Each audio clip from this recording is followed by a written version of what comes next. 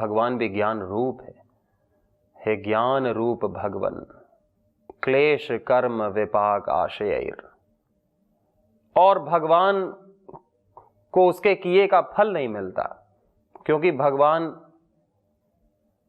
कोई फल की आसक्ति से नहीं करता, निष्कामता से करता है, प्रेम से करता है, अहंकार से नहीं करता।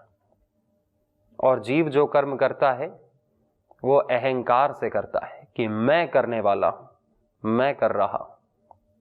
फल की आसक्ति से करता है, फल में उसकी स्पृहा होती है, तो फिर उसको कर्म फल उसके बनेंगे ही बनेंगे, उसके दिव्य कर्म नहीं बनते। दिव्य कर्म तो निष्काम कर्म को कहते हैं।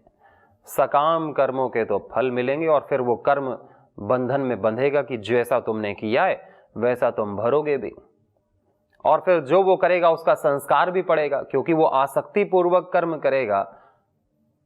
जो भी हम अपने स्वार्थ और सुख की इच्छा के लिए कर्म करेंगे उसके संस्कार भी पड़ेंगे।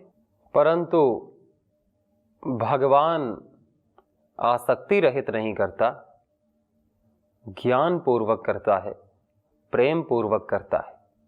वो तो सुख स्वरूप है, वो किसी सुख की इच्छा के लिए कर्म नहीं करता। भगवान के कैसे कर्म हैं? सृष्टि की रचना करना, सृष्टि का पालन पोषण करना, सृष्टि का संहार करना, लोगों को उनके कर्म के अनुसार फल देना, लोगों पर कृपा करना, दया करना, उनके यथा योग्य उनके कर्मों का फल देना। ये किसी सुख के लिए नहीं करता, तो इसलिए संस्कार भी नहीं पड़ता। तो यही बस अंतर्भेद बताया। और ये यदि भेद मिट जाए तो पुरुष भी परम पुरुष हो जाए, कैवल्य को प्राप्त करे।